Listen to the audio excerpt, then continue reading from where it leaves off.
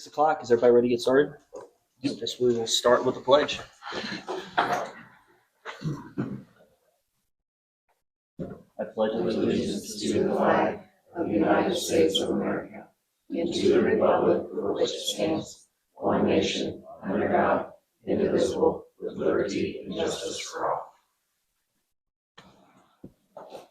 Okay, well, just look for a motion to approve the agenda.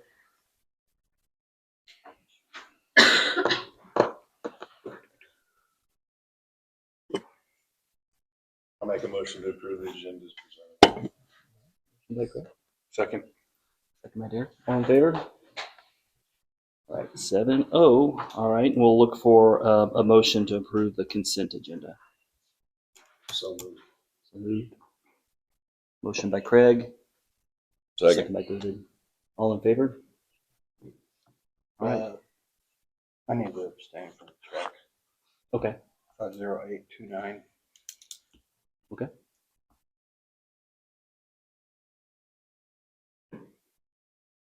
Amy, I assume you got that? Mm-hmm. All right, so we'll call that vote then again. So all in favor? Okay, 7-0. Okay, so we'll move into presentations. Before we start, I just had a couple things that I wanted to mention really quick. We are, just as we go through this transition, we are engaged with MSBA. So they are in the process of helping us find an interim. We have had some candidates contact us directly. And in those cases, what we've done is we have forwarded those over to MSBA. That way everything's housed in one location for all of our candidates. So that's what's going on there. I do want to mention that we are getting some extra support from MSBA, particularly in the budgeting process. As we've talked about in the past, we have a new budgeting program. Lisa's getting some training on that. We had the director of school finance from MSBA, Linda Quinley, come down yesterday. Yeah, she stopped by yesterday. And provide some training to Lisa from a budgeting perspective. And I think you're heading to Columbia too. Tuesday. So Tuesday for Columbia for training. right, we expect her to be back on site maybe towards the end of the month. Mm-hmm. So she's coming back to go over things. Hopefully, maybe a final look at the end of the month. very good. So we appreciate obviously all MSBA's support throughout this time. I do, before we kind of get into presentations, want to extend a special thanks to all of our admin team and everything you guys are doing to help over the last couple of weeks, and Amy and Lisa. I think it's been very, very helpful, and I appreciate everything that you guys have done and your leadership throughout this time. So with that being said, I think our first presentation is with our counseling department.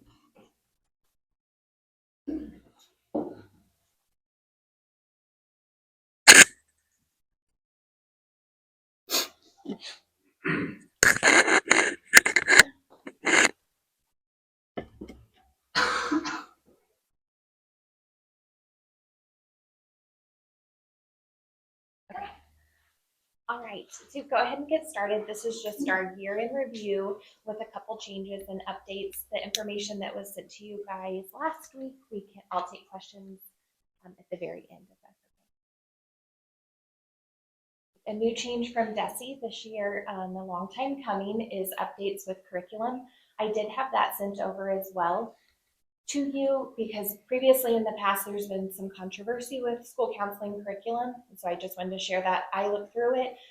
Missouri's really lucky. I've never found anything that we have been expected to teach that I questioned, but I wanted to make sure that you guys saw that as well. The 3 topics will stay the same. They did change the last topic. It used to be called social emotional development, and they've updated the terms for that. Department goals, following up on those from last year.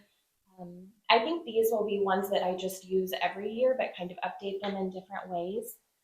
I've met with parents in different groups, and I'll talk about in a little bit. Coffee with the counselor, meeting with the teacher, and supporting them with student needs is really my main focus. And I'll continue that with school counseling, small groups, lunch groups, and check-ins and check-outs. Coffee with the counselor was new for me. this year, something that I had not done previously, but I brought in different guests. I'd like to change it next year, and I'm open to feedback. Morning time was not, I think that's hard for parents getting kids ready to come into school early. I did that 2 different times, but I think next year, instead of monthly, I will do it quarterly. High Five Friday is everybody's favorite. We're looking for more people that would like to do it. It's something that I think not only the kids love, but parents love. They've said like, oh, we can't wait to see who is going to be there on Friday. So if that's something you're interested in, we would love to have you. And we're always looking for more people to join us. Lunch Buddies, a new program that we implemented this year. We currently had 4 volunteers, 12 students, but we're, again, looking for more business people to come visit. If that's something you're interested in, please email me. You just get to eat lunch with a student. Resource fair, that was new. Again, this year, I feel like everything has kind of been new. That's just the numbers that we had last year, or this year, sorry, we did it in the spring. And next year, we are hoping to do it in the fall to kind of equip families that might need resources throughout the year and not just touch base with them at the end. Those are just some services that I offer. This year, the morning check-in and check-out has been full. Lots of families have asked for that, and support with teachers and students that need that. And next year, I'll change that a little bit, but those are the things that I do throughout the day. Very thankful for Burl. This year, we've had 10 students that are in right now. 2 recently referred within the last 2 weeks. But I'm really thankful with them when things come up for a students in crisis. They're very helpful to jump right in and help us and support us and the family. Goals for next year, I included the assessment that I had sent out to teachers asking for feedback throughout the school year.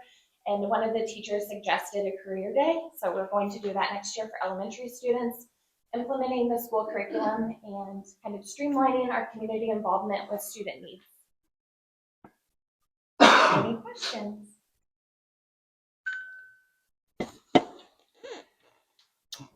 So, Thanks. thank you. Thank you. Appreciate it. Oh. Exit. Oh, there's the right word.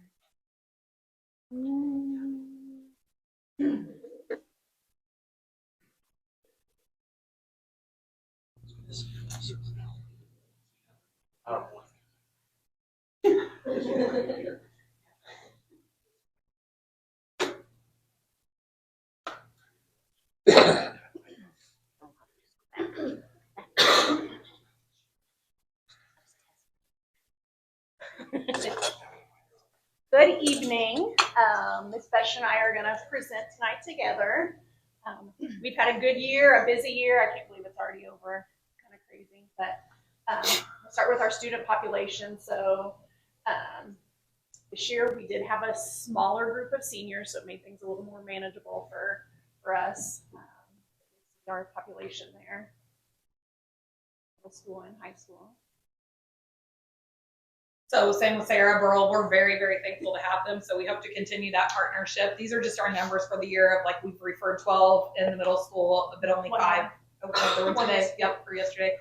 So 13 now since we did this presentation. 5 were admitted, hopefully 6 with the new one. And then we referred 8 in the high school and 6 of them were admitted. So our numbers are still high. We don't currently have, we had David here from Burl that was seeing the kids at school-based counseling, but he has transferred to Jeff City. So we are without someone right now, but they're doing a really good job of filling in and making sure that those kids are seeing someone. It's just not who their permanent person's going to be. They just haven't had any luck hiring anyone. So that's currently where we're at with them. They're still providing us services though and doing a great job. You wouldn't know that he's not here because they picked up the slack on him. So just everybody's kind of seeing more people at this point, but that's going well. So college, career, and military visits. So we've had a pretty decent amount. We've had an increase, I think, in our military recruiters here this past year. Capital Academy we've had, and we have 2 kids going there this year to Capital Academy. So William Woods, Northwest State, University of Missouri. Typically when the schools come in, they actually go into the lunchroom and are able to talk to kids in there. There are times when we have them come into my office, but it's great to get these people to come in because where we're at, sometimes it's hard to get the kids out to to be able to visit these places. Okay, so this is just the testing that we've done for the year. It's basically what we do every year. Acuplacers have been given, and those are kind of picking up more now because kids have to take those in order to get into the college classes that they want to be in when they take dual credit classes with us. So we've done that. Pre-ACT once again was given to sophomores. ASVAB testing for our seniors, and we have every senior take that, not just the ones interested in the military. It helps them kind of locators, like of knowing what they want to do with their future. So if they say, I want to go into the workforce, but I have no idea where, this is to give them an idea of where their strengths are at. So same thing with the work keys. It's administered by the ACT. It's just a different pathway for kids who aren't going to college, but we still have every kid take it because sometimes you're going to college and you think you know what you're going for, but this will kind of give them strengths and show them what they're good at. Gave the ACT to our juniors in March, and we had some really good scores on that. Looking through scores today, just working on our senior stuff. Got a big junior group that's college bound, and they're scoring pretty high on all of their stuff. So I just can't wait to see how that increases over the next year. Several of them already are unhappy with the scores they got, even if they were pretty decent, and are looking to do better. So that's good to see that they're thriving and wanting to do more. So MAP testing began on April 10th. EOC testing began on the 21st. And as of this week, we have all makeup tests completed. Nobody is left. We have everything done, and our systems we're ready to go for the summer. So we don't have anybody left hanging out there. And then the AP government exam was given on May 6th. Ms. Garber administered that in her office. We won't have results until June on the AP Gov exam. Okay, so ICAPS, so same thing. We went in. I did develop a new form this year for ICAPS that was a little bit easier for the kids. But we went into all the kids, 8 through senior, and did their ICAPS, worked on them with their schedules. So with Teacher Ease, a big benefit to Teacher Ease was that we are now able to have the kids go in and like pick the courses they want through Teacher Ease, and then it automatically puts them into the classes. We still have to go back and do some cleanup because, of course, they all don't fit. There may be some errors, like some kid may get left out of a core class they need, but it does make it a lot easier as far as the scheduling process. So we went into classes and did that. Then worked with the St. Andrews. That's what I was going to say. St. Andrews, Clarksburg, and Latham, we worked with those schools with their kids to get their ICAPs done. So St. Andrews kids came over one day and met with us. They just had a few questions on it. And we had worked with Clarksburg and Latham kids with their teachers to get it done. We just communicated with them. And so they sent it in. They use the same form that we use. And so that'll be an easy transition for them when they come to us. And for those of you that don't know what an ICAP is, it is an individual career and academic plan. And it just lines out the classes that they're going to take over their 4 years in high school so that they know what they have to do to meet the goals that they have for themselves. And they change every year. So we go in every year and update those. And that's also something that we get points for. So we are required to do that. So we get points for that on our But they're all done. Yeah, so 100%, we're done. Okay, so you want to talk about National Honor Society since you took that over this year? This was my first year as an NHS sponsor, and it was a good year. I've got some things we want to bring in maybe next year. Mrs. Bailey's group did the Purple Heart. There's an organization that wants to do a little more with that. So we're going to try to do that in the next year with a big group of NHS kids that we have. Because if you'll see down here, we inducted a very large group of kids this year into NHS. We hosted the Veterans Day Assembly and Breakfast, put the flags up. We did the blessing baskets, which is something that's been done the past few years for NHS. This year we collected items for the hurricane victims in North Carolina. And then the NHS members do the induction. It was a good year. Okay, A+ scholarship. So in the 2025 class, we have 14 seniors that are on track for A+, which in a class of 35 is pretty good numbers. And then that's going to cover their first 2 years of community college. And then that just kind of gives you the requirements for A+, but a lot of kids are using it. So we're happy to see that. And that's really all the kids that are going to a community college or a tech school. So you'll see on the slide, we have a lot of career-bound kids. So these are just some of the things we've done, like for professional development over the year. So Jolene obviously has a lot of stuff with BRUDED. One of the newest things that I added on my end of things was just the monthly admin meetings for the Central State 8 administrators group. I go to the middle school meetings, and then Jason goes to the high school meetings, and then that way we're not, one of us is not gone all the time, and we're both kind of getting to hear from different people and can come back and give each other feedback. But that's something that's been new for me this year, and it's been helpful just to have a resource of people that I can reach out to that are from other schools, that if I have questions, maybe they're a bigger school, maybe they're a smaller school, but it's just nice to hear other ideas. It's kind of like being back in school again, talking to, other people. So that was good, but those were the main things. So we try to spend a lot of time just supporting the students and letting them know that we're here for them. So football, volleyball, basketball, girls basketball, wrestling, archery, softball, golf, track, band events. We've been to all of those to show them our support. Have fun dressing up, maybe more fun than the kids for the Spirit Days. And they actually asked us back to referee Power Cup again this year, so that was a surprise. We rode in the homecoming parade, followed them up, and then decision day. So I didn't make a slide on decision day this year, but it was a great event. I think we had all the seniors show up, and a lot of their parents came, and we had breakfast. So we did biscuits and gravy, and all the prizes and games, and it was a really good event. The parents were really thrilled to be able to be there, so we'll keep doing that.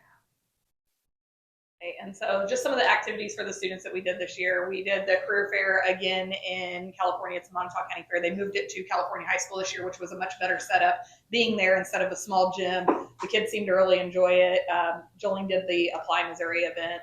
And then we did FAFSA Frenzy, College Fair at Columbia College. She took the seniors to that. We had the required sexual harassment presentation that we do every year. And then the Career Exploration Friday, she can talk to you about that with Charlie Bailey and Caitlin Tuttle. She partnered with them and did a lot of work helping them. And we had the pleasure of listening to their presentation before they went to Orlando. And it's just neat to see them, how great they are at what they're doing. So it's like you get a little behind the scenes of what that looks like when they go down there. So they worked really hard on that. So, and she was a big part of it. So you want to talk about your lunch bunch, because that's new and I think that's great. And it's going really well.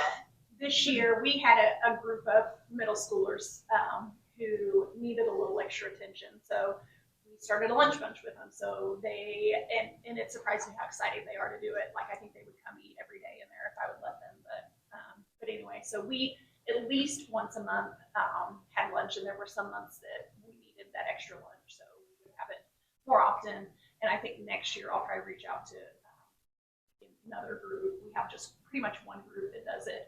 So if I can, bring some other kids in, we'll have new sixth graders. So I don't know what that will look like, but that's been really good. And it's 30 minutes out of my day, and I mean, it's been good for them. I think, just to give them some reminders of, some good life lessons. I mean, that's a consistent group that needed that. We've done it in the past on individual basis when kids needed it. Like, hey, come in today, like you're having a hard time, or whatever. Group of them, we talk about what's going on. But this has been a consistent group, and I think it's been really good. I see them like running, like trying to find her. They know what day it is, so it's been good. But we took students to Otterville to meet with the CTC instructors again, and that went good. I do believe that there's a possibility that we're up to host that next year. So we would use our gym, and they would set up all their stations.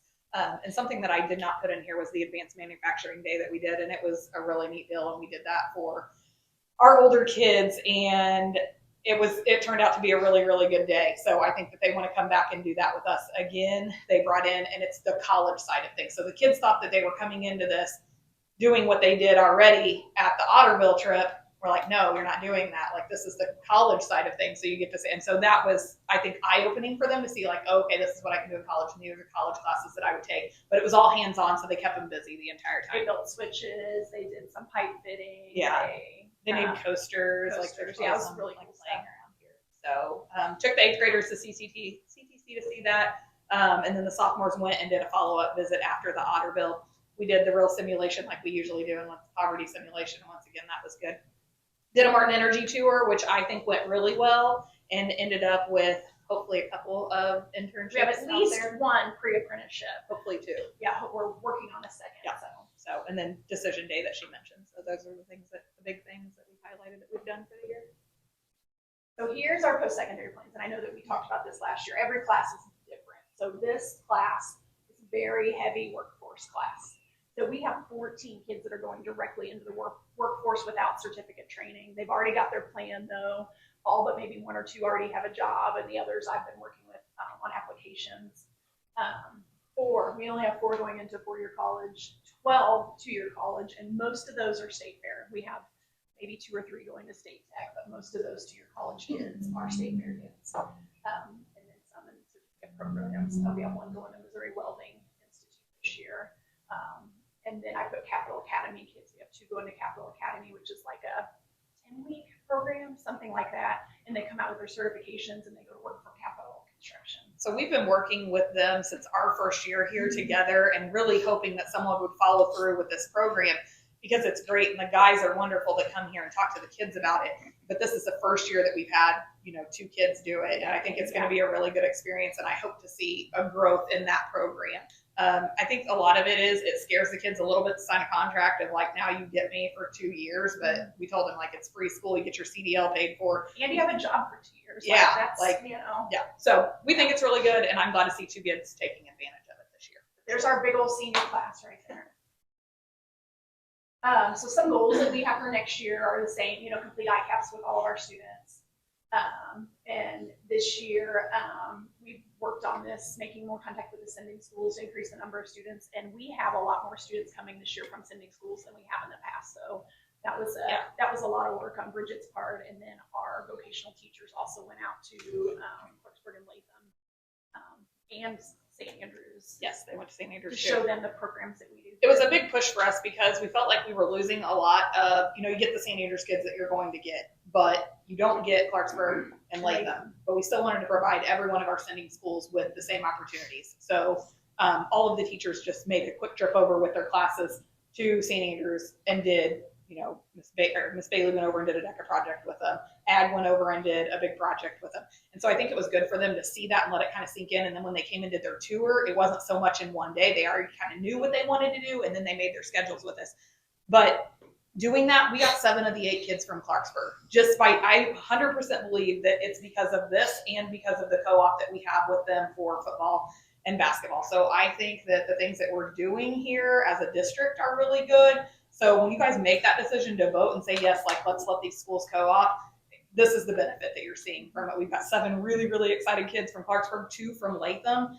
And there was another one from Latham that was like, I would love to. Like, I'd love to come there. It's just family stuff. It's hard. You can't, make kids. Some kids know where they're going. But when kids have a choice and they don't have a tie to either town, I mean, we're selling ourselves to them and allowing them to come co-op here, I think is a big deal. And then our teachers and advisors, everybody, kids, we took kids with us out there to the schools and them buying in and getting to meet the kids and build relationships with them and feeling comfortable when they come on that day. It just makes the transition a lot easier because even the St. Andrews kids told us like, it's hard to like come over here. We're kind of nervous. It's a new school. We're used to having the same teacher all day. So I just think everything that we're doing to make them feel comfortable when they come, I think that's making their decision for them is all the support that we're showing them in advance. And then something new that I'd like to see happen next year is the job shadowing for juniors. So in the past that was done through a class and it's kind of just fallen away. And so I'd like to do that through the counselor's office. And so we can try to do something more consistently and let those juniors get a piece of what it's like to be in the career so they can kind of, see what every day would be like. So thank you guys for letting us be here. Thank you. Yeah, thank you. Thank y'all. Sounds like y'all been busy. Yes. Very good. Slow talk.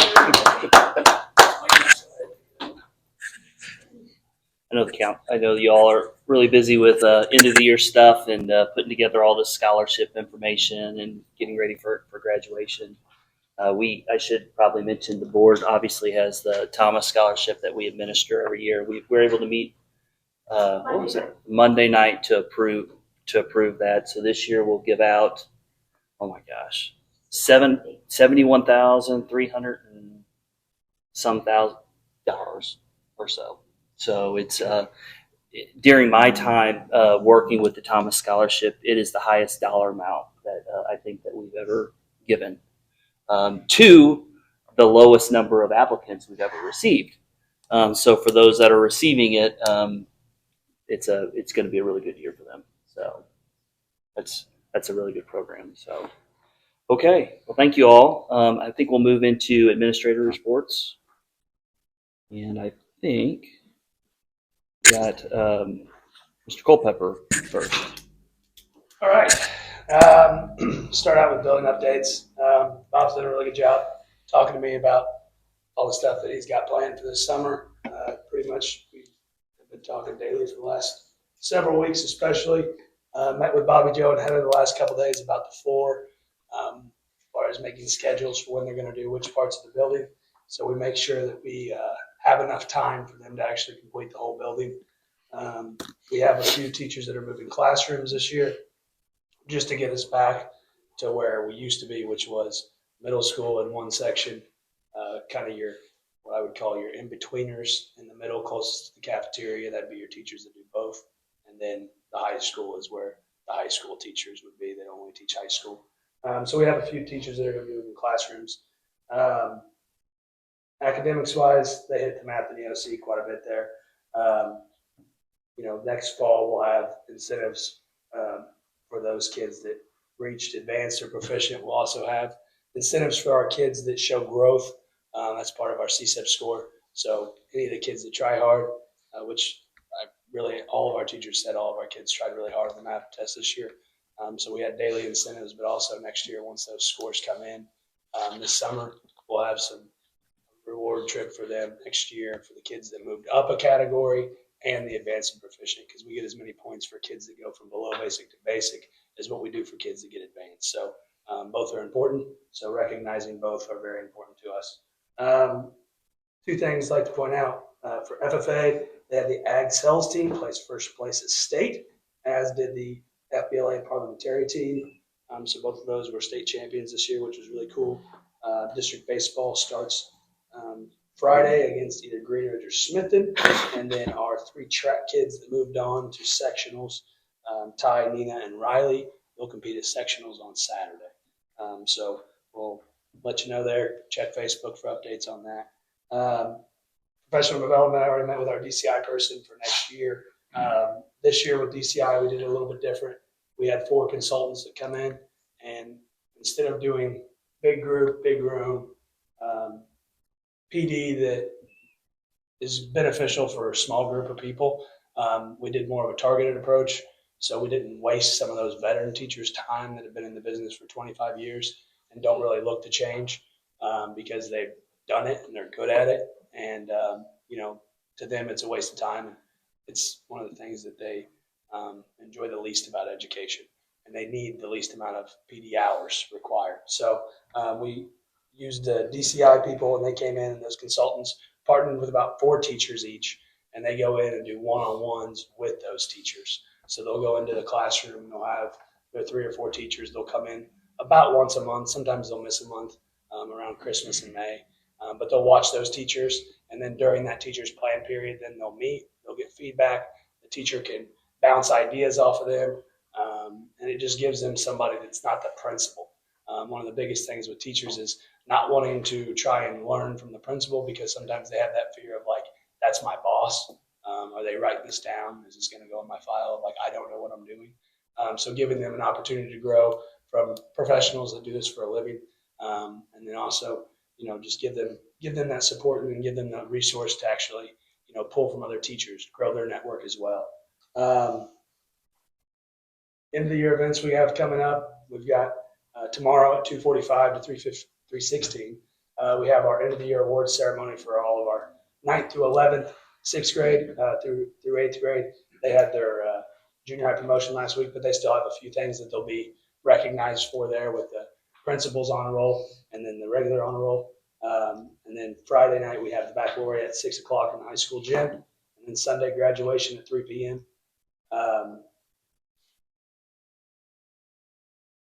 That's it for me. Are you any questions for Jason?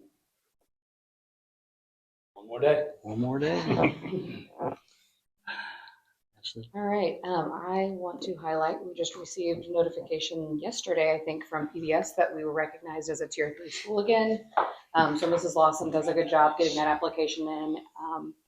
And so we got that taken care of. We also received notification from PLTW that we were a distinguished school. So making sure we're still hitting those marks on the programs we have in place. We have 188 kids as of this afternoon at 3 o'clock, and it's growing for summer school. Everybody wants in the 4th and 5th grade class, so it's going to be a big one. Went to the park today for our end of the year PBS celebration. The kids had a good time. Perfect weather for that. Field trips went well. End of the year testing is all complete. Our title and sped department have been working long hours to make sure we're hitting our state requirements for our reading success plan. So lots of hard work going in at the end of the year, and everybody's doing a great job. We finish up strong. Very good.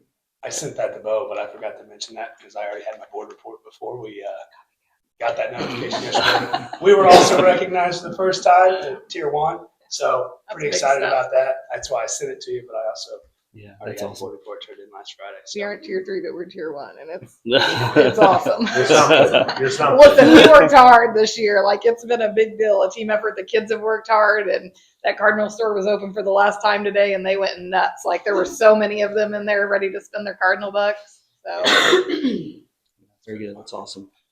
Coach Carbajal, is there anything you wanted to highlight on your report? Or I know Jason talked a little bit about it. Got golf. Yeah, we had 2 qualified for state. We had Nick and Ben both qualified for state, so that's great. Yeah. Obviously, really busy. We talked about the other day at the promotion, a very successful year in athletics, all the way down from junior high through high school. Like I said, with baseball, process now of starting to order the things we need for next year. So really busy, but really successful year. It's something that Coach Duke has talked about, and he kind of talked about the number of kids that participate in these sports, and you see that in those award ceremonies because it's the same, as kids. Well, and everybody shares kids. You have to Yeah. share in a school our size. So many kids play multiple sports. It was really neat. I put some things in there. With it being a new conference, anytime you win something at conference, it's a new record. So the kids think that's pretty cool. We set a lot of records because we won some events. So for 1 year, your name's in the record book. But it's been pretty good. Good. All right. Miss Nancy? As special ed staff, we consider ourselves dual citizens. So we are the special ed team and we do our thing, but we also support, we're part of the elementary, we're part of the middle school, we're part of the high school. And so all the things that they're doing, we're right there with them, helping them, making sure that our students have the opportunities to participate. We are also getting ready for summer school, and it seems, in fact, when you were talking about the large 4th and 5th grade, what I'm texting is I'm trying to find her a staff person. So it's lots of moving parts all the time. You're trying to make things all fit together. So I think we're gonna end up with a really good year. We've spent a lot of time planning for next year and getting things in place. And I've been including Roxanne and Sarah in all those conversations so that they have a piece and some say in what we're going to be doing to get their input. So it's been fun.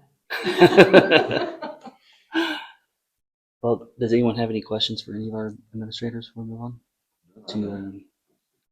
I guess we have some old business to take care of.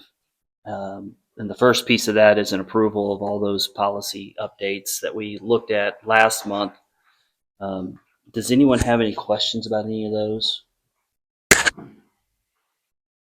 From a motion perspective, this would be a good time to use the so moved piece, so you don't have to read off all those.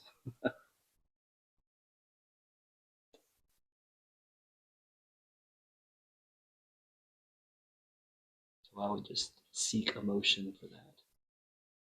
So All right, motion by Craig. I'll second it. All right, second by Amanda. All in favor? 7-0. Letter B, that MSBA BBFA policy. This is the one that we talked about involving that MEC short form.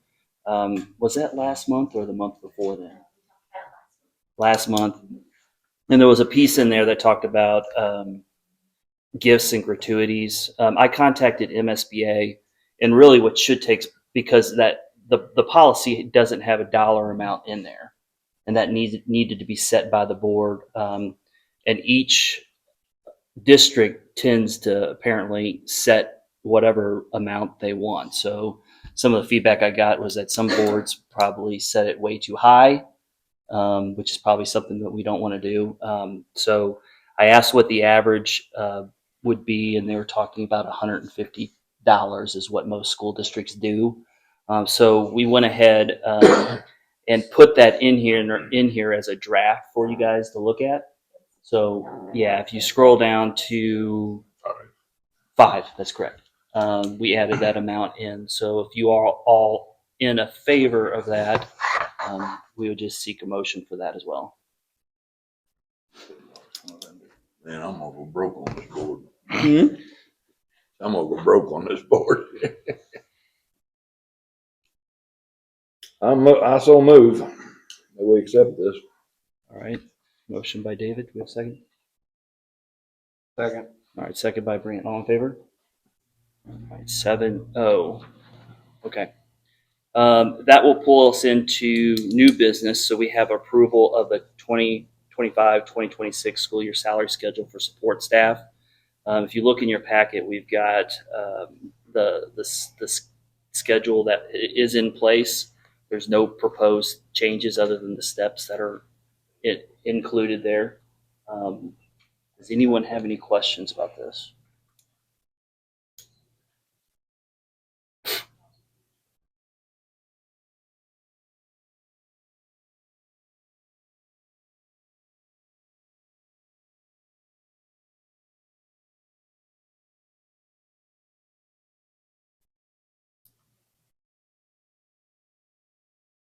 I have a question on the set.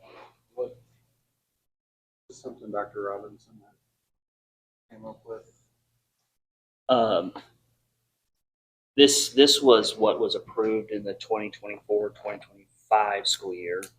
So what's in front of you is not any sort of changes to the base. Is that the right word? Base levels. So all the steps and everything like that are just are in there, but there's no changes to the fundamental level. Well, I think we ought to do a service to ourselves of identifying if there is a, like was done with the teachers, do some digging and find out where like school districts are at in those pay ranges as well. Okay. Just so that we know. I don't know. To me, depending on for instance, there's a nurse on here. Nurses are in very high demand. There's a lot of different things on here, and I just don't know if there was a lot of time put into the teacher salary, so I think we should at least do a little bit of research.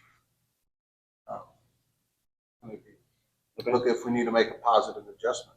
I think we did that last year. Did you? With percentages, right? Because we gave. Before the 23-24 school year. Correct. The 18% 2 years. Yes. the It was quite para a- and the nurse columns were significantly increased. So those two columns were significantly increased for the 23-24 school year. And I don't think you should pay The that. others were. And obviously, I would abstain from anything on the data coordinator. I don't think she needs paid anyway. Wow. She's volunteer. She'll be happy to hear that. Glad he's sitting by you. You're associated. This is when he regrets that this is going to be on Facebook. Yeah. Yeah. All right. Evidence of what he said. So There's documentation now. yeah, that's right. No, if we went through that process, I wasn't aware. I'm new, Derek. I get to use that now. That is my line. I just wanted to make sure we were doing the same for all employees that we did for the teachers, because they're all part of what makes the world go around for us. Yeah, I think the idea of remaining current and competitive is obviously smart. We have our budget to approve in June, so I think that with things that are in where we are right now and trying to determine with the unknowns on the finances on the financial side, I think we just need to be a little conservative with where we're at. And that would be what my recommendation would be, is to just kind of move forward what we have in place this year. But the idea of continuing to look at this next year and trying to make sure that we're prepared moving forward, I think is smart. Particularly if we need to pull out any of these certain job titles. I don't think that obviously they're in one schedule right now, but that doesn't necessarily have to be that way. Maybe. So, Yeah. Maintenance director, for instance, used to be on that salary schedule and is no longer on it, so that's what you're talking about. yeah. So. Well,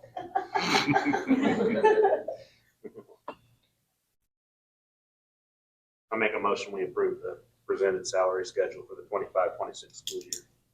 All right. Motion by Kelly. Do we have a Second. Second by Derek. All in favor? Yeah, I abstain from. I think you're okay to vote on all of it since.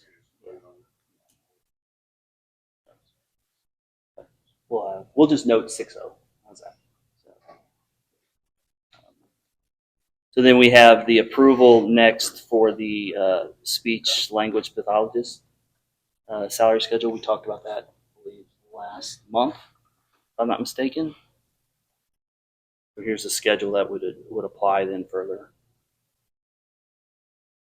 Anyone have any questions about this?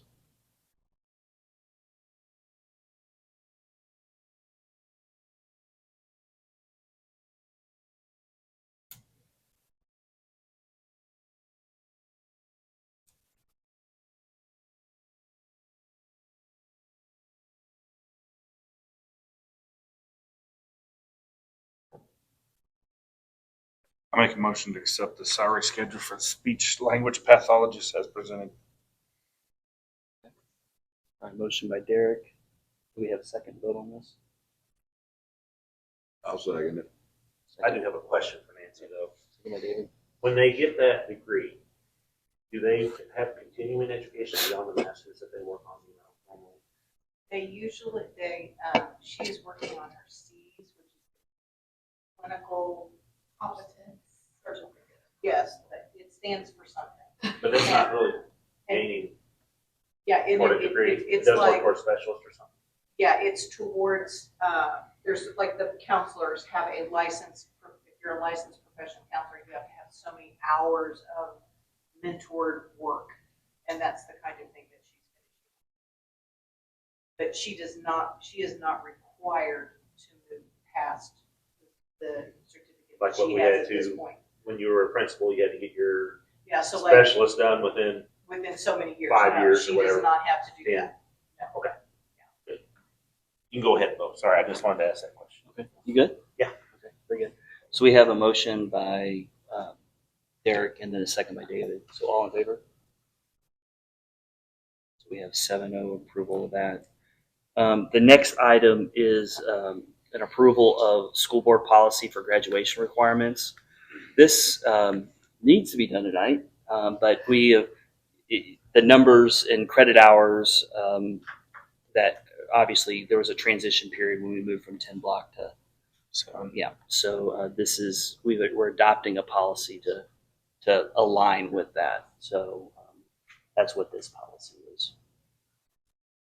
If you look here underneath number 1, you can kind of see, and I appreciate the way this was done because rather than having to go back through and approve this year by year, we kind of just put in a schedule here. So this will get us through 2027, 2028 to where we'll kind of settle in at that 24 number. Does that all make sense? So, just so I'm understanding, so it's going down because some of the students already had 10 classes, and now we're transitioning to a full 7. Okay. Yes. Yeah. Okay. I just want to make sure I kind of Prorated it like that. Okay. If you look at like the 26, 27 year old, Yeah. because we've had to do it.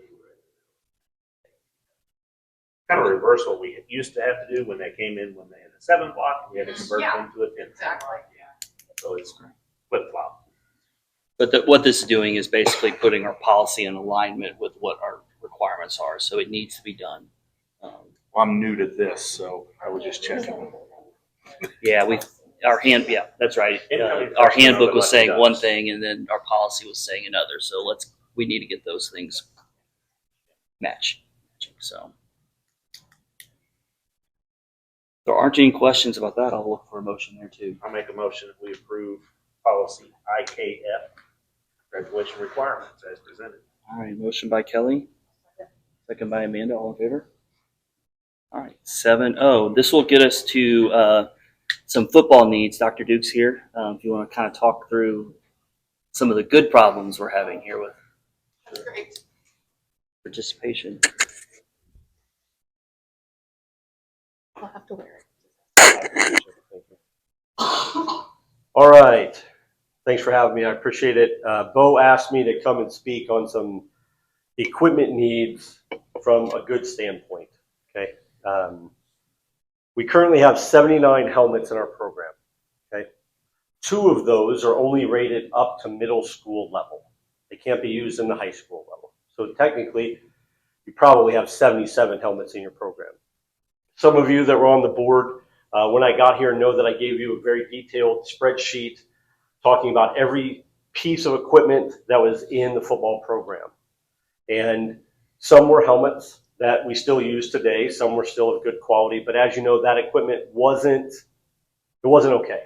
Let's just be honest. It wasn't okay. I'm not really good at sugarcoating things. I like to be very brutally honest, as Craig mentioned in his interview process when I sat right there. Okay. We use what's called a Rydell Speed Flex helmet. The Virginia Tech, the university, ranks all helmets from little kids all the way through the NFL.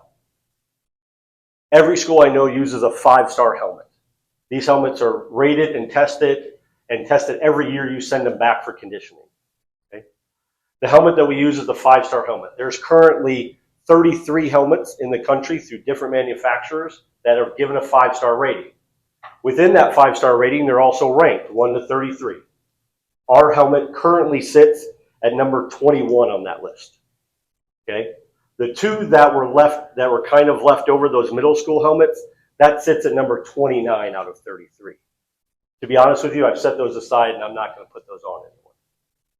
With the projected 47 to 50 on the varsity team and 30 plus on the middle school team, the math doesn't work. Right? It just doesn't add up based on sheer numbers. Now, what's the other hard part about that? The size somebody comes in middle school is not the size that they finish when they're in high school. I'll give you a quick example just with shoulder pads, because shoulder pads are also on the information sheet. I can tell you that most of the kids who are juniors now who are going to be seniors went up 1 size in shoulder pads just from last year based on their off-season lifting. Okay? I don't want you to think that this is we're rushing into something. Each year I kind of look at how many kids are all the way in the program from 3rd grade all the way through 12th grade. And I start to look at where they're at. Last year on the 8th grade team, there was a large number of 8th graders. So much so that there's 20 currently that are coming into the program, right? Those 20 combined with the fact that we only had 4 seniors means the volume and the number of kids are going up. The number of equipment things that you have to have is going up, right?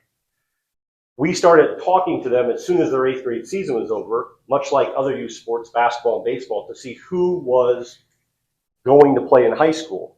Because to order this equipment, you need a good amount of time. One example of that is I started talking to Steve and admin as soon as the season was over about who was coming, and we ordered uniforms months and months and months ago, and they're still on back order. Any equipment needs, you have to plan accordingly. The hard part to plan about is what size is he now versus what size is he going to be, right? If you look at a kid like, we'll just use my own son. He is not the same size he was as a freshman. So he may have started in a medium helmet, and now he's close to an extra large helmet. So you have to plan for that over the time. When you look at the 33 helmets on the 5-star rating list, everyone above us is more expensive than our helmets. We currently pay about $400 per helmet. Most of those helmets, or a good portion of them, are over 2x what we pay for a helmet. So I use my experience with the people that we're getting equipment from to talk to them, my relationship with them to get the the best price that we can get. Is there something that you can maybe manipulate? Maybe potentially. Do they have sales sometimes? Certainly they do, right? But you're not going to find a 5-star helmet of this quality for cheaper. And as a matter of fact, even some in our conference that they're using are way more expensive. I'll give you an example. You may see some people in our conference wearing their own personalized helmet that is close to $1,000. You may see some that are wearing at other high schools that are $900, all the way up to $1,700. The helmet companies know that you need safety equipment. They know that you need the best safety equipment that you can have because liability is there, and they price it accordingly. If you look at the quote you have, I gave you a quote for 21 helmets. Normally, you take how many people you have, right? And you will have some overage because things break. A face mask breaks, a chin strap breaks. 2 years ago, right before our district semifinal game on a Thursday night, Max Maddox was practicing, helmet broke on a Thursday night. Because we had some overages, we were able to go and get him one and put it on him. Otherwise, I'm taking a helmet off of somebody else and putting it on him. And then that kid doesn't have an opportunity to wear a helmet. That's not appropriate, right? But thankfully, we had some. The quote you have is for small and medium helmets. It doesn't give us overage. It gives us what we need. I have new kids signing up every day. I had 3 sign up last week, just showed up to weights and said, Coach, I'm playing at the middle school level. I had 1 show up today and say, Coach, I'm playing. I've emailed all the 6th grade parents for kids who are going to be 7th grade. I've talked to all the 8th grade parents who are going to be freshmen, trying to plan accordingly. And I just got an email 2 days ago from another young man. I talked to Steve about it at a baseball game the other night. He's never been interested in football before. His mom emailed me and said, now he's coming out. So we're continuing to add players, so much so that I think the last time Tipton approached 50 kids on a team was 2009. They had 51. So 17 years ago, 16, 17 years ago. And before that, it was 2004. So it's been 16 to 20 years since you've had this type of number of participants on the team. If you take the fact that there's close to 200 kids, 100 of those are boys, you're talking about 50% of the boys in the high school, if not more, playing a fall sport in football. That's a great number. Any school would love to have that number, so you have a really good problem in front of you. We have some helmets that are extra. We have some large helmets that are extra, which is great. Bo asked me a great question the other day. He goes, well, do helmets expire? And the answer is sort of. We have helmets from 2018. Some of those were purchased before I got here, and they were still okay. We send them back to get reconditioned every year. How can that helmet fail? Well, when you send it back, if they go through all the testing, if it fails testing, they tell you it fails. They don't replace that. Part of the money that you spend for that helmet does not get you, there's a 1-year warranty. If it breaks in the first year, they'll usually replace it. Do helmets break? Yes. Before this year, we had 10 to 12 helmets that would fail every year. We had a very nice, generous donation this past year by a local family for Guardian caps. You may see the red cushions that we wear at practice. As a result of that, 0 helmets failed this year. So do they work? Yes. Do they prevent a concussion? No. But do they help? They lower the impact, yes. How else do helmets fail? Well, when I was playing, it was cool to have the metal showing on your face mask, right? Now, if the metal is showing on your face mask, it's illegal. Not only can they take you out of the game, but that face mask fails. So 15 face masks failed this year. Can chin straps fail? Yes, they could fail. 15 chin straps failed. So those things have to be replaced. Why do we have the same helmet for everybody? Because every helmet company has their own repair box. And guess what? Those things cost money. So say you have a Rydell helmet, you have a Schutt helmet, you have a Zenith, you have many of these other types. Every one of those repair kits costs a substantial amount of money. Every one of them is different to repair. That makes no sense. I've never understood why football programs do that. Maybe if you're at the collegiate level and you have unlimited resources, go ahead. But at the high school level, it doesn't make a lot of sense. You asked me another question. Well, how long does it last based on what it does?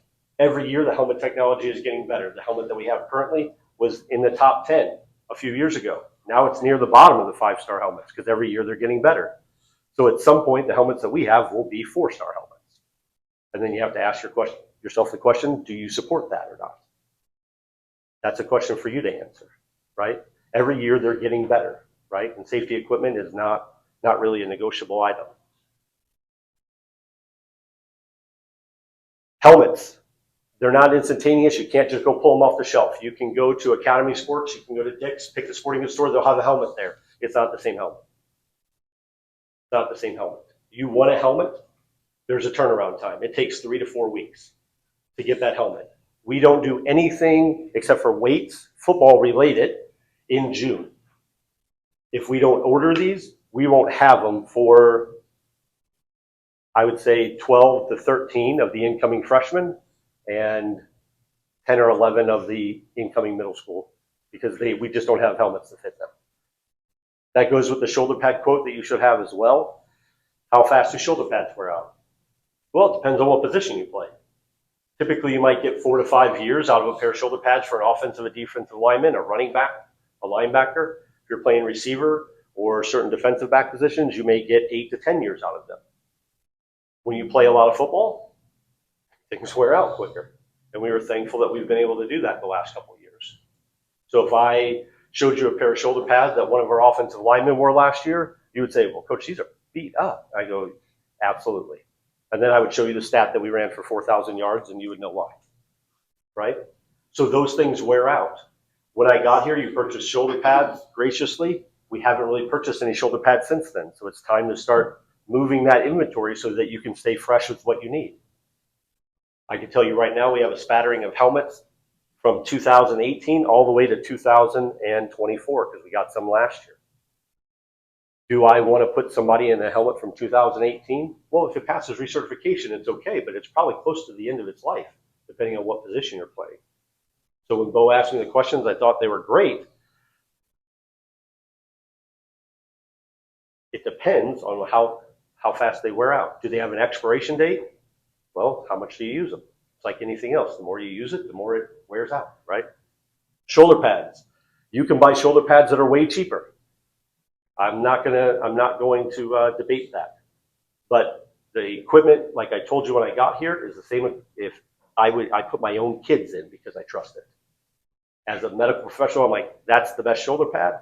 That's what we're going to do. And having a son who had an injury to a nerve in his shoulder because somebody put the wrong pair of shoulder pads on him, I won't do that. I saw what he had to go through because of it, because somebody didn't put the right type or size or condition on him.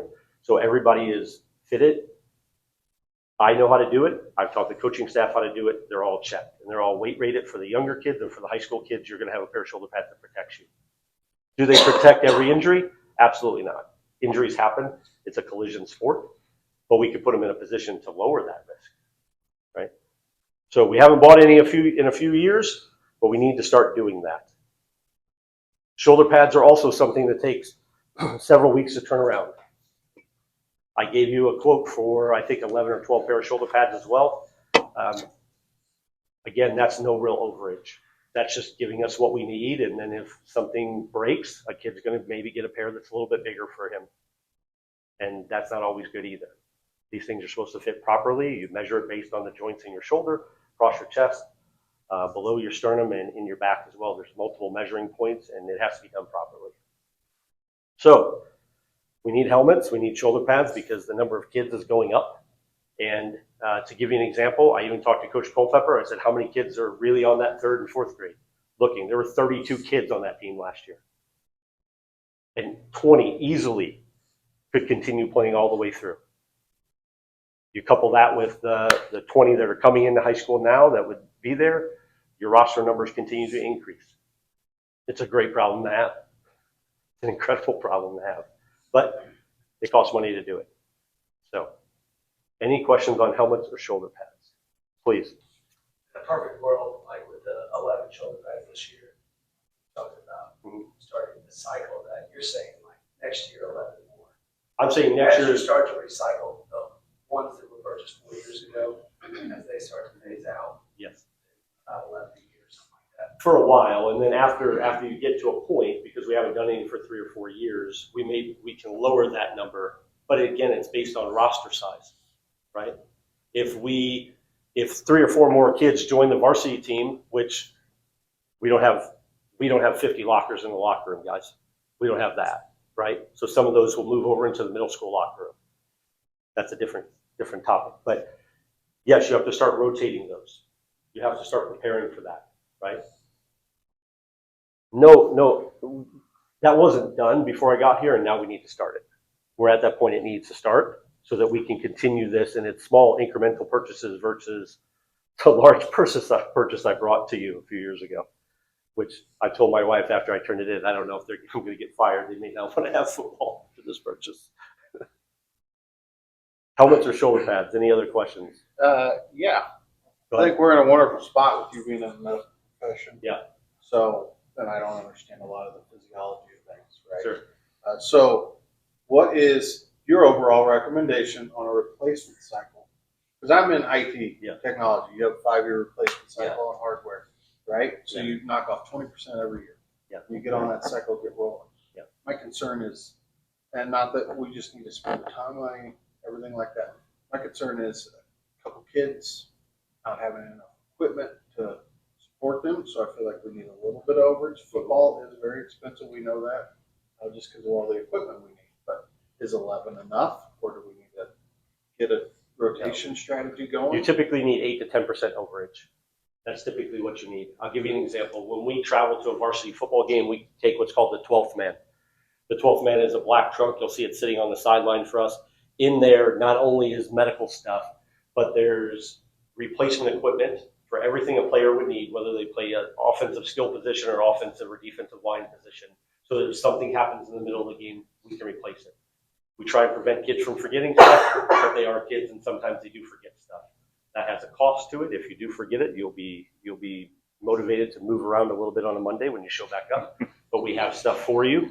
Go ahead, Steve. What do you have junior-wise? That's a big class. Junior-wise, Yeah. we actually added a few, so we're going to be sitting at 12 to 14 in the junior class. The freshman class is at 20, and each class is sitting at 11 to 12 to 13. Because the 7th grade class obviously is big. 6th grade classes start going down. Like 4th graders is they're going to be 20-some kids. Correct. And when I talked to Coach Culpepper, again, there were 32 on that team, and there's a real possibility that 20 or more would continue on through high school. And again, I could show you a picture. There's a great picture after an 8th grade game for Ben, Dane, Nick, and Sam standing on the track. And they all look like little kids. And I want to recreate that picture because now they look like full-grown men, right? They change, right? Not in this is if there are over 30 in the middle school, which are going to be, I think there's 31 uniforms. I think there's 31. I mean, those are things that we can order and we can get. It's a little bit easier for them and their shoulder pads. But there's some middle school kids, and I appreciate you raising your hand, Steve. There's some middle school guys that are too big for middle school equipment, shoulder pads. Middle school shoulder pads are weight rated, and we have 5 kids that are going to be 190 to 220 on that middle school team. They're big human beings, so they have to wear high school pads. Steve's son is one of them, right? I can't put them in something that's not protected. So the overage, 8 to 10% overage usually, right? That's usually what it has to be. Can you get away with less? You sure can until you can't. Does this get you to your overage? No, we would need more small and mediums. We have enough large right now. We have one helmet that is an extra look. It's an extra large helmet, and there's only one extra of them, if that makes sense. Right now, Chance, if you've ever seen Chance Beecher, he wears an extra large helmet. Sam is close to an extra large helmet. He's fitting into a large right now. There's one extra. So if we're probably okay there, we have surplus of large helmets. This number gets you just what we need for small and medium. There will be some kids that don't make it. They may fall out over time, but right now they're still in the weight room. After a couple of days of practice, they may say no. That hasn't, knock on wood, that hasn't really happened yet. But it could. I mean, that can always happen. But yes, you probably need to add 2 or 3 small and 2 or 3 medium to the list. And then shoulder pad wise, I fit every one of them with a pad that we had, and then I ordered what we needed for them, and I was like, well, I'm submitting it for 11. You know, what do we need? We probably need 15, to be honest with you. Hey, Coach, how do districts deal with that, or schools deal with that? I mean, you have kids that just show up, you know, transfer in or whatever, and they, you know, if you have a lead time on ordering that equipment, do you typically see schools have a stock there to deal with that? Yep. Yeah. The schools I've been with have overage, and they have what you talked about with working and ordering each year so that you keep going, and they'll have that. I've been at school districts, and I don't suggest this, where you tell the kids to go buy their own equipment, or I know of school districts that do that. That's a really slippery slope. I probably don't want to be involved in that.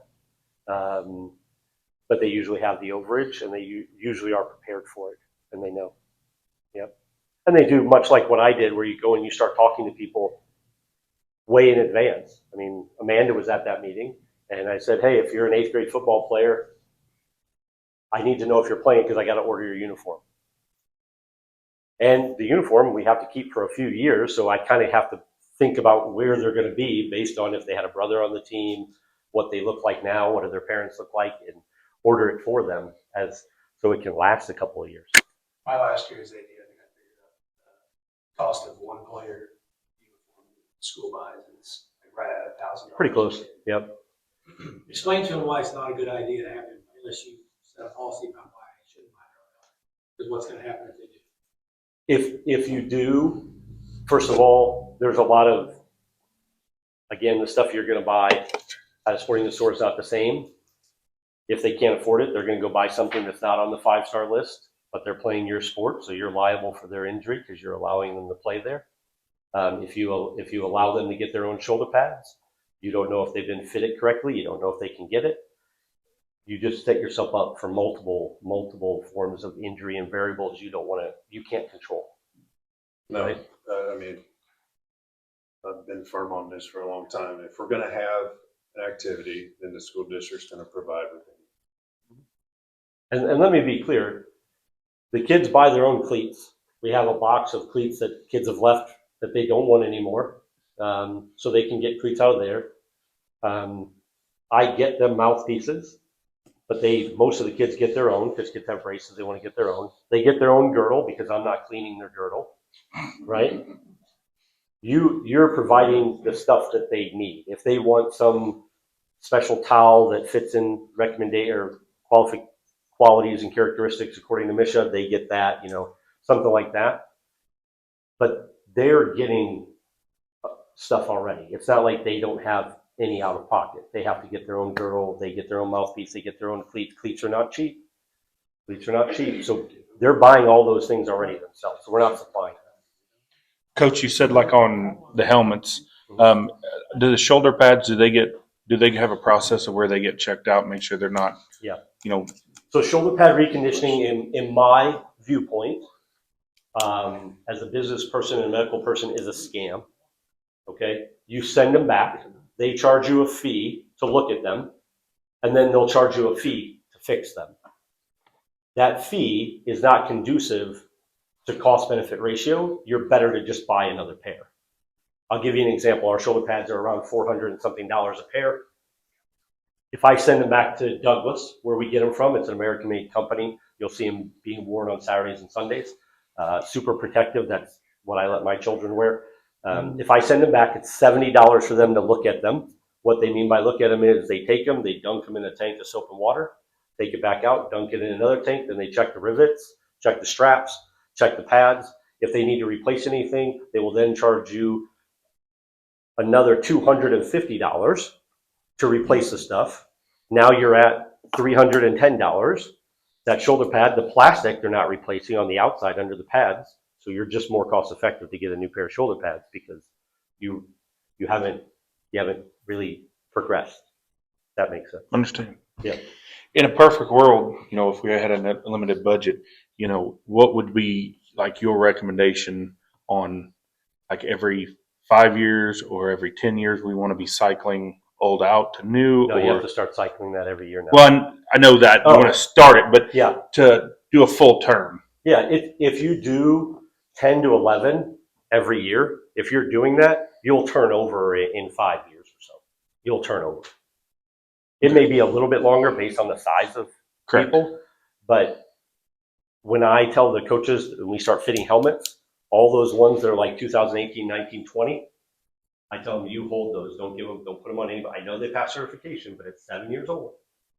And what they don't tell you when it passes certification is how much did it pass by. They just tell you it passed, right? So, total number of kids, 7 through 12, what are we looking at? 80 plus. So 80. Maybe you've had a few trickle in. Yeah. Let's say you trickle in up to 85. Mhm. So technically you need another 8. Potentially, depending on what size they are. Yep. Yep. Now, And I brought an example of what you were wearing and what we are wearing if anybody wants to see it. do we have, I would be interested in this, but do we have obviously we need to control costs. Mhm. I'm a big fan of stabilized costs over long term. Mhm. Like, you know your amount every year. It's kind of like your mortgage payment every month, right? Yeah. Unless you do something different. Yeah. And we are growing, and this possibly could be, an area. Sports can be an area where we attract kids from other districts. 100%. And from a financial perspective, I guess my main question is everything considered, how many jerseys do we have? Do we just have a home and away? Yes. Because I thought there was 3 colors last year, and I don't want Yeah. to get into that. But if we have 3, if we switch to 2, a home and away, You didn't pay for one. okay. So in my mind, that third uniform combination was extra. Okay. So we used our fundraising money for the extra. Fundraising money for extras is the norm. It's what should be done. It was when I talked to the senior class coming in that year, they said, we would really like this combination. I said, okay, well, we're going to have to fundraise for that. And that's what we did. School, home and away, red and white, fine. We fundraised for the black. Okay, that answers that question. Yep. I thought if we were, Rob here to pay Paul type situation, but sounds No, like, no. Okay, good. Which only elongates maybe the lifespan of the of the red and white.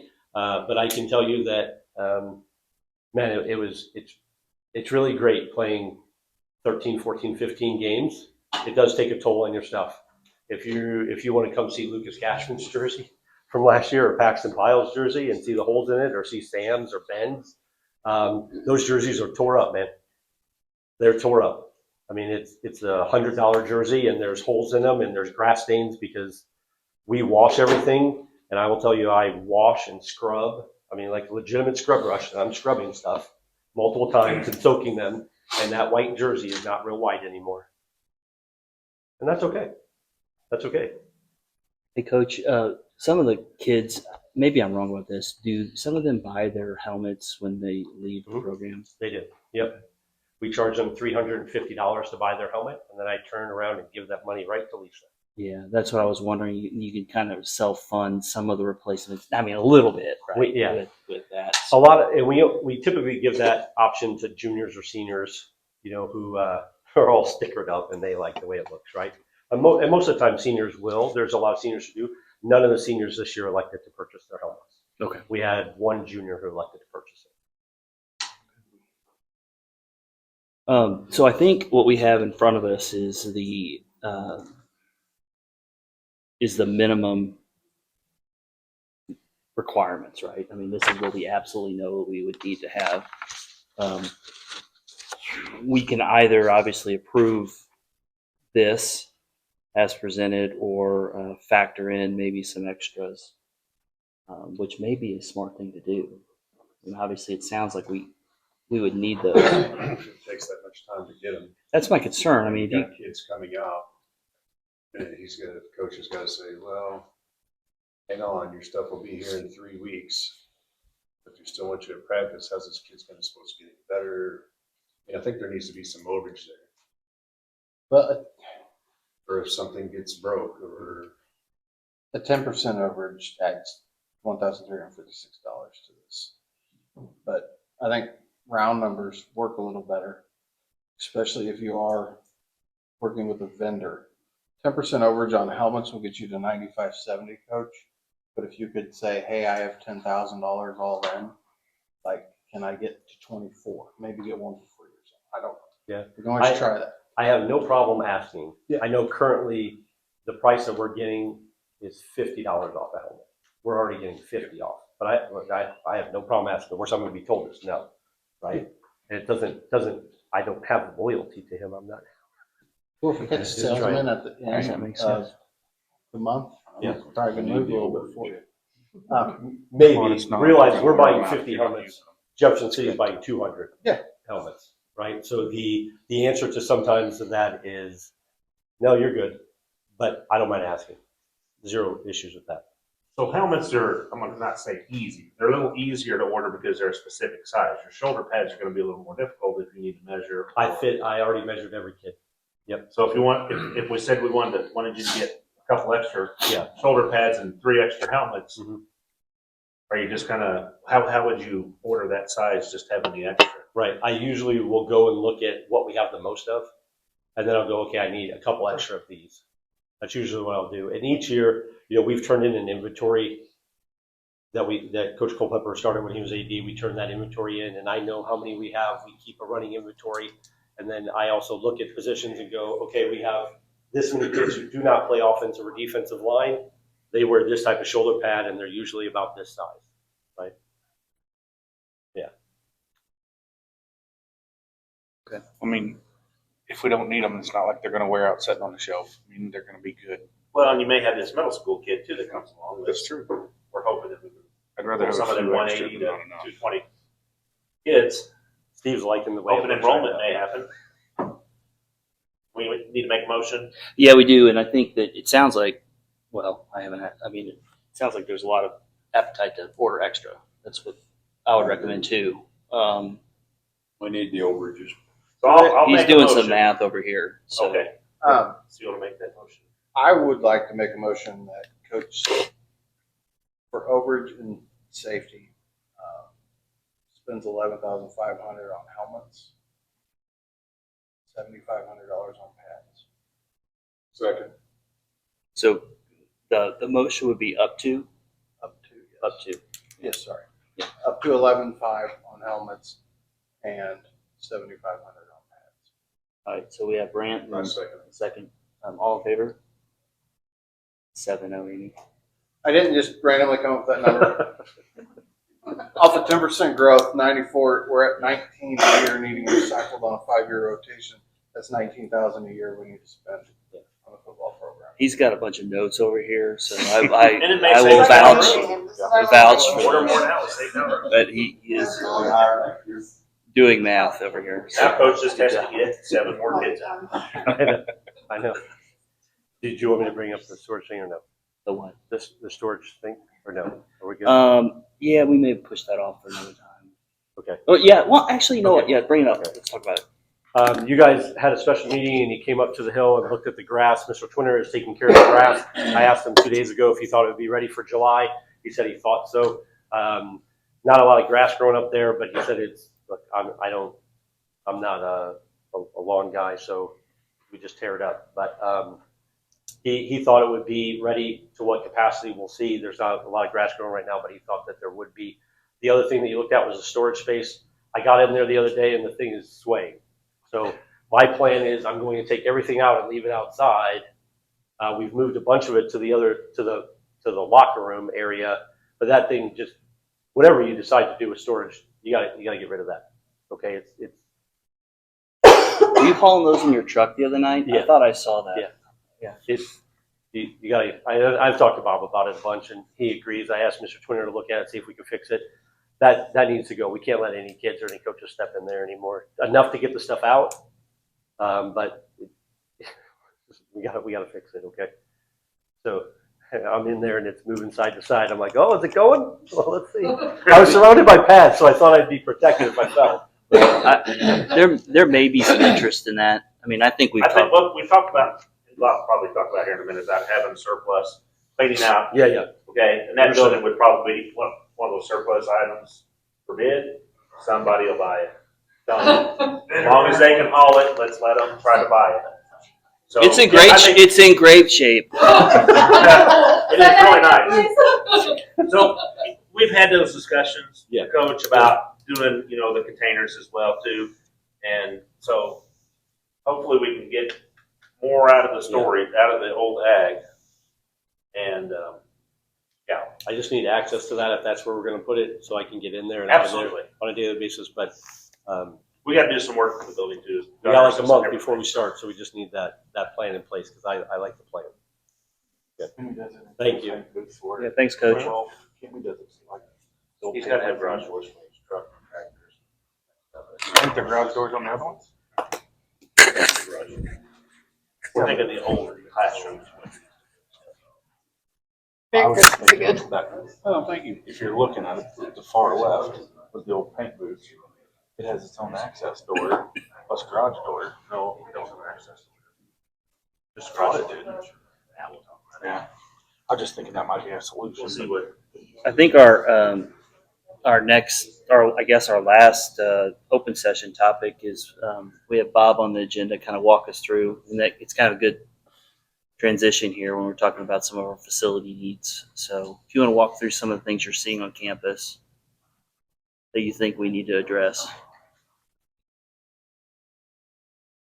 So, actually, a lot of things that I've seen maybe in the 6 to 12 month category there, which I turned in a sheet, should have there on there. Different things. And of course, the shipping containers and stuff's on there. But 6 to 12 months, I'd like to see some things done with the science room cabinets. We have in the high school. There's a lot of missing broken doors and pillar panels. We just kind of have a countertop with a frame underneath of them. Another thing I'd like to see is the handicap ramp at the elementary building. Has a lot of excuse me, that's wrong. Concrete between the playground and the high school building, where most of elementary children walk in, is broken and uneven, creating tripping hazards. A lot of it's deteriorated. It needs to be looked at, decide whether we want to replace it or try to do something else with it, like mud jacket, make it level again or something. We have lots of tile. The BCT tile that's stained, broken throughout the school is going to be replaced.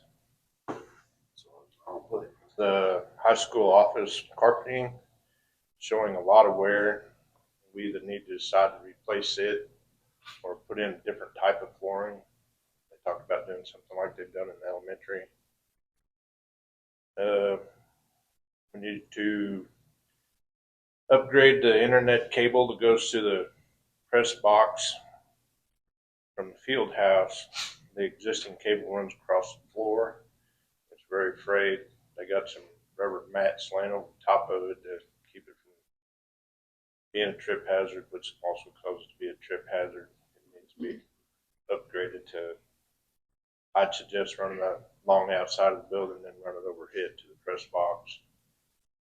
Last fall, after football season, something got into it and pulled it down from the press box, and I rolled it up. So we don't have any internet cable going to the press box at this time. We need to update the storage closets in both of the high school locker rooms. I know when we visited the locker rooms to look at the new floors and the paint and stuff that Steve did before basketball season there, but we got some more wooden cabinets and stuff in there that are basically falling apart and don't provide very much storage space or even hanging up their uniforms and stuff. We got the storage building on the hill that we were just talking about. Some of the repairs that it needs before we really start moving stuff into it. It's going to need some work done to the roof. It's got some shingles missing. One of the gable ends has had the woodpeckers eat holes in it. Needs gutters, and it's been suggested that it probably help it look a lot better if eventually we put like metal siding on it. I would suggest with the roof, just shape that it's in, to go ahead and just put metal roof on it. We tried to patch the shingles last year, and now they're coming off in another spot. That big windstorm we had took out a chunk, probably 3 foot in diameter. Is that on both sides of the roof or just on one? It's just on the, I've only noticed it on the north side. It's kind of hard to see the south side of it. I haven't actually crawled up there with a ladder or anything to look at it. And the reason I'm asking is, I mean, if we have damage that, if we think that it's wind damage to the point where we have an insurance claim to get that piece of it paid, that would be covered, obviously. But Yes. I mean, was whatever you have right now is covered. It's just, is that enough to have an insurance claim on if it's just a small section? So it'd be almost the determination of it if it's totally damaged versus just a little bit of a repair type needed situation. It's hard to tell from the ground. I Yeah. mean, we'd probably have to have an adjuster come out and look at it, verify what it actually, how much damage it actually received. But it definitely happened during that big storm that we had. One where the tornadoes was close and everything, and we had 2 or 3 inches of rain. Probably could look at that. One thing I think that we should do for temporary storage of all the activities, of the sports activity groups that we have up there, would be possibly buying some 20-foot shipping containers and place them along the north wall of the storage building there. We could run an eave off of the building, off the existing storage building, and then we could potentially gain a bunch of outside storage where we have stuff inside the storage building now that doesn't necessarily need to be inside, but it just needs to be in out of the weather, out of the sun, like some of the attachments for the tractor and everything. Do you know how much those storage containers generally run? It varies in price, depending upon how many trips that they've been. Buy, like they call a 1-trip container, and I would say a 20-footer is probably in the $1,800 range. So pretty cheap. Basically, you could probably buy them 4 containers for what it costs you to buy the size of building that he already has. And that building that Coach Duke's talking about just falling down is basically 7 foot by 20 foot. Probably costs you $5,000 to $6,000 just to buy one wooden building like that. Yeah. That's just rough. I mean, it depends upon how much is on the inside. If it's just roughed out, but if you get one that's got a little more finished inside and everything like that, definitely going to cost you more than that. And next thing would be, or another thing would be, I would say the elementary hot water heater. I'm not sure on what size it is, but every time the power goes out, like if the city water pressure drops, power comes back on, it'll turn the hot water in the elementary brown. You got to run it for about 30 minutes to get it out, which indicates to me probably the tank's deteriorated and needs to be replaced. The west side of the high school windows, they're on the outside between the high school and the Knights of Columbus building there. During the hard rain, of course, they probably need to be recaulked because several of them was experiencing leaks in various places. But I would say the windows probably need caulked. I have no idea the last time they was caulked. Do you have any idea when those were put in? 2015. Wasn't that so? But with that bond, were there any warranties? And one of those had an energy guarantee. Did we ever fully vet through that energy guarantee mark was hit? Can't answer that question. Maybe we can do a little research. That was a on big and selling point for them was they gave us a guaranteed energy rate cut based on like their fees from that company. So I was kind of curious. And I have ran into windows if there is something that needs to be reinstalled. Sometimes on commercial windows like these, you'd have 20 years. So I know caulk isn't that expensive, but rather have someone come out, OEM spec, recaulk it, do it right. If it's covered, If not, we'll just do what we need to do. I'm sure it hasn't been touched since 2015. Yes. It ain't broke, you don't fix it usually, so. Yeah. If it hadn't been leaking, no one's probably looked at it. I think that's a good point. I mean, like anything that we can do to just try to track down like that. I mean, that would be silly for us to spend money on in an area where we may have some sort of coverage from a warranty perspective. No, And I think that's good we information also to have track down. Yeah, that and Bob's time. yeah, You yeah. know, that's just sunk into it, so he can't be doing other things. too. Correct. That's the problem. I mean, it's probably not that big a job to go out there and caulk the windows, but my day has very little time to. It's pretty much full-time job for me. Just take care of the school and keep up with all the orders and stuff that I need to do. Well, I think maybe we put that down as an action item to look at here soon. Maybe do a walkthrough for the next board meeting. I would love if he has time to do a facilities walkthrough for sure. Yeah. And actually look at I don't know, like the up on the hill, the structural integrity of the building, you know, like long-term viability of that building up there. I know it's made out of cinder blocks, but people have also said the floor is sinking due to gutter, water running off the back. There's a gap in the floor, like has the whole pad been compromised due to shrinkage, heating, freezing, things like that? I haven't noticed any of that, but there is actually so much stuff up there. It's really hard to get a good idea what I've been through it several times, and actually it's is. a jungle in there, That would be what I mean. I think and a that lot of junk. we talked about the idea of trying to get that clean to the point where it can really be assessed. And that may be the appropriate step for that building is to try to get it looked at from a structural integrity perspective and see what we can do with it. But once we, I think we're going to talk a little bit about summer help and clean that stuff out. I think that's kind of step one. And then obviously we get to the point where someone can actually get inside and look at this thing and do a thorough inspection because we may have some opportunity there.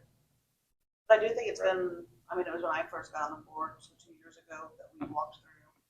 So, yeah, so with Brant being new, I don't think that's a terrible idea for all of us to do that.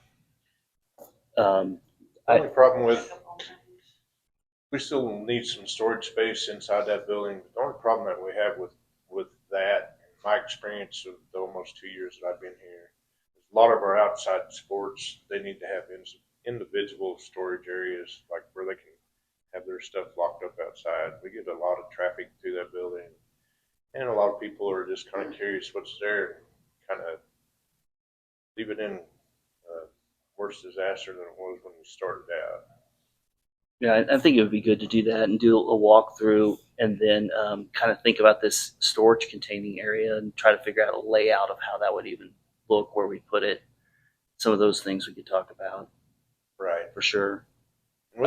With the storage containers and running off the eave, or we could just do like some trusses in between, and then we could put their outside sleds and stuff underneath there. What do you have, like 3 or 4 outside sleds?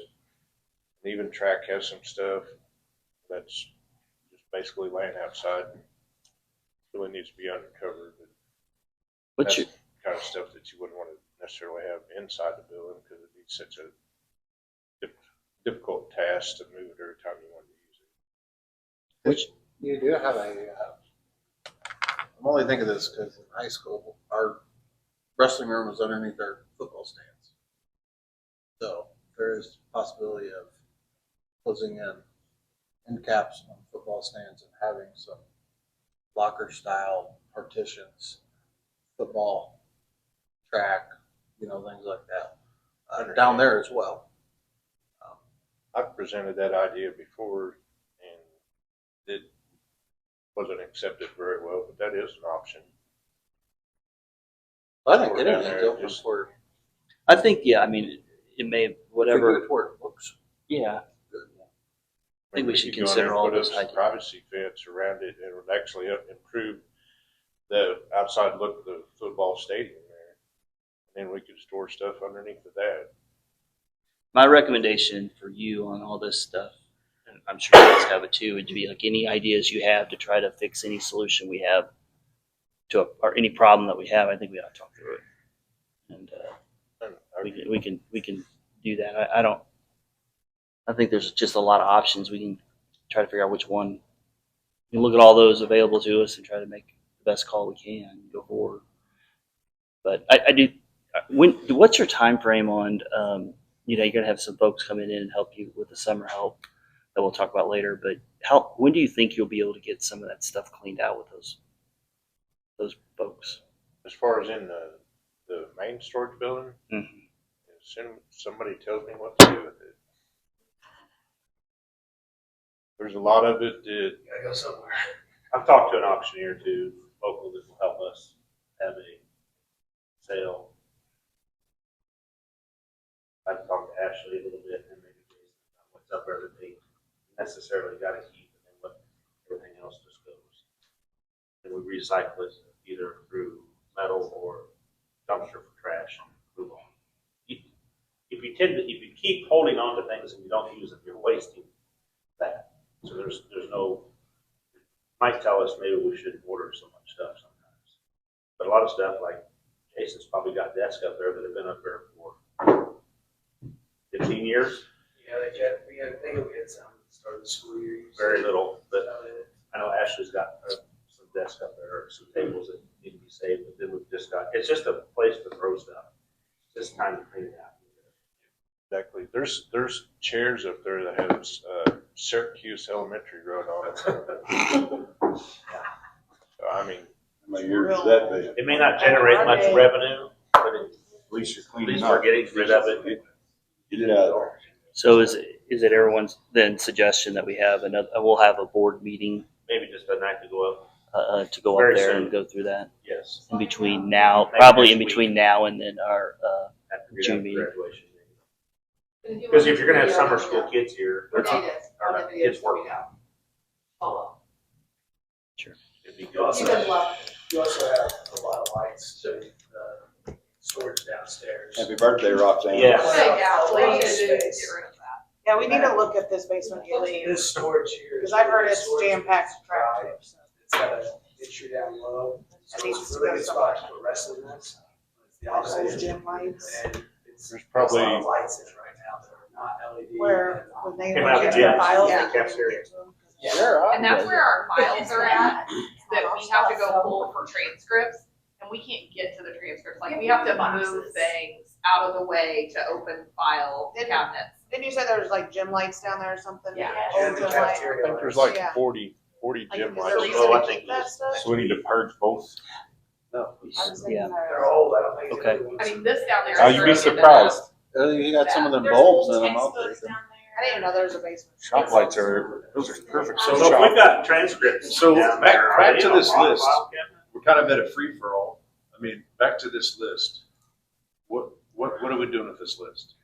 I think that some of these small items I'd just move forward with, right? I mean, you're talking about Yeah, like the science room cabinets missing. Just have to prioritize them, or Yeah, I would prioritize obviously any sort of safety or any safety issues or any sort of issue where, like you're talking about the water heater, we can get that looked at. It may need to be replaced.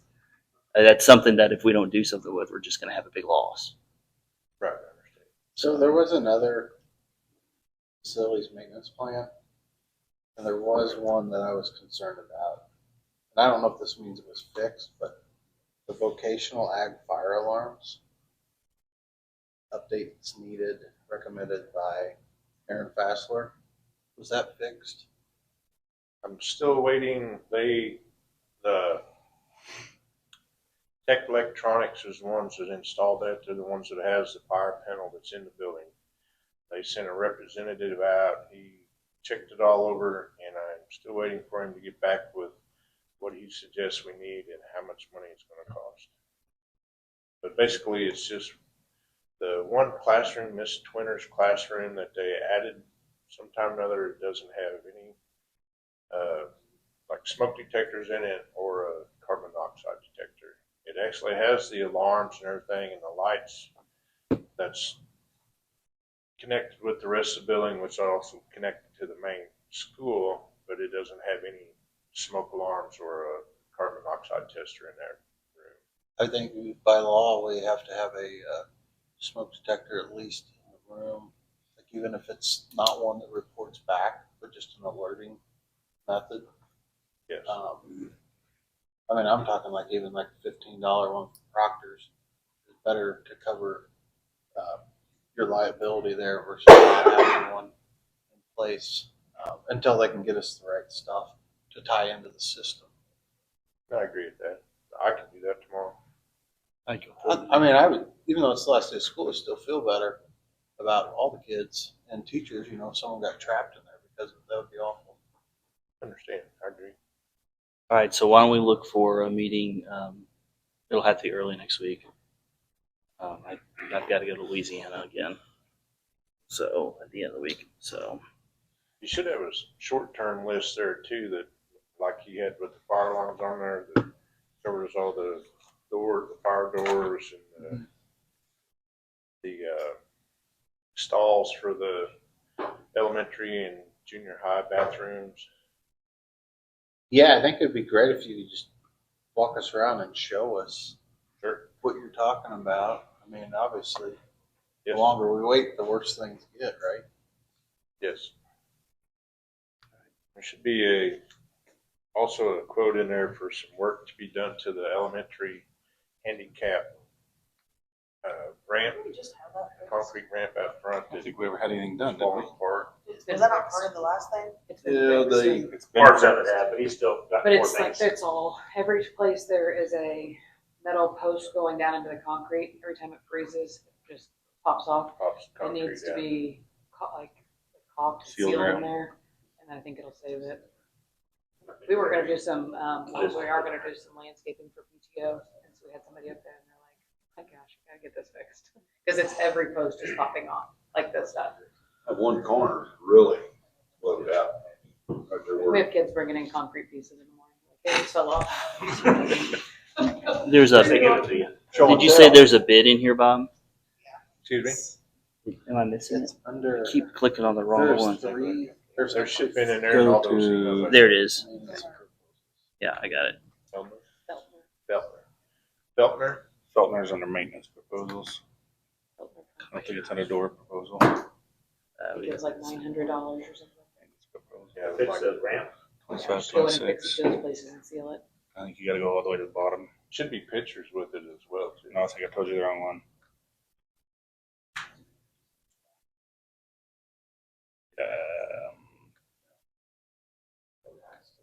There, yeah. Sorry. And then that's the fourth page. Only 4 lines.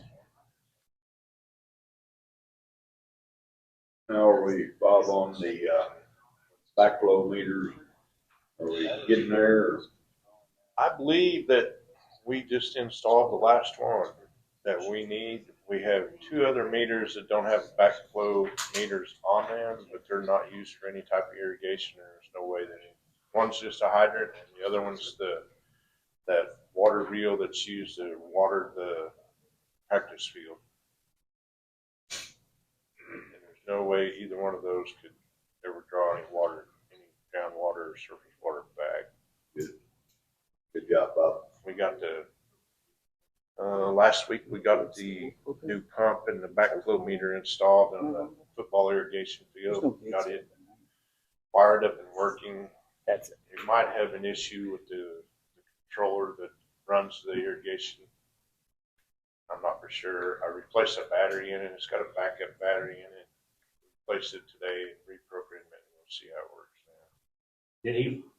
Butler made a recommendation too about covering that. Yes, we do need to get a cover for that. Like a well house cover or something over that plumbing that's out there, because it looks like a jungle gym for littles. Yeah, they're already playing with the cones that we had around it.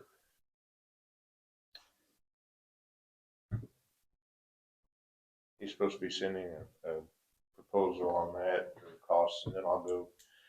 There's a place over there by Barnett that sells them to, like a Benny's Hardware or something over there. I was gonna get the quote from Butzer, see where we're at with it, and investigate what they have and what their prices are, get an idea of what we're looking at. Definitely use something like CVC pipe that estimate that, and of course UV rays and everything deteriorate it. That really much fast. concrete's breaking loose. That corner's actually safe. We're gonna I want to thank you, Bob, for getting the speakers in the gym fixed. Got me out of the fire. I'm not sure. Yeah, maybe not. Coach Culpepper. Oh, thank you, I Coach. mean, that's what worries me about that is. I just We got a brand new amp for it like a month ago, but somebody got in there and had jacked it. So it's a brand new amp, so everything is perfect. Our amp of 25 years finally went out. It sounded really good last night at the That's kindergarten. right. graduation. Yeah. Yeah, I got several calls on that prior to me calling Bob. And I said, hey, Bob, help me. I'm in trouble here. Hey, Bob, is there anything that you need action on tonight before we go through this walkthrough soon? Not that I can think of right off the top of my head. I'd say probably, maybe if we can call and get some bids on those containers. Okay, that would be great to have information on. We know we're gonna do that. We've talked about that, so. If you can get some bids, maybe we can. Be a good place to start for storage. Correct. Make it look prettier too. First, the repairing that handicap ramp is probably a pretty good idea too. Yeah, that's And really the kind concrete outside of the cafeteria door for the bus We loading. definitely, well, we definitely need to include that and then a quick walk around because it's getting pretty rough. We need to decide whether we want to try to have somebody come in and replace all that, or if we can maybe have some of it mud jacked or something. But it's getting pretty uneven. Like I say, Throw it on bids. they'll take concrete fixes. Yeah, go ahead and tell them, yeah, that would be good. Bob, I mean, I don't know what the rest of the board thinks, but do we want to go ahead and get bids for that concrete so that we know what we're facing? You know, and if we do see it's an action plan of safety, we can get something done. Yeah. I think anything you can get kind of estimates or hard pricing on is beneficial.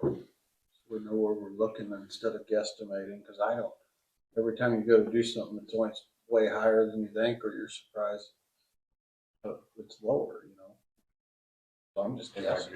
Yeah. I mean, Start getting some Did you say you had a call out to GNR about the shingles? Have you heard anything back from them? yes, I did. No, I haven't heard anything back from them.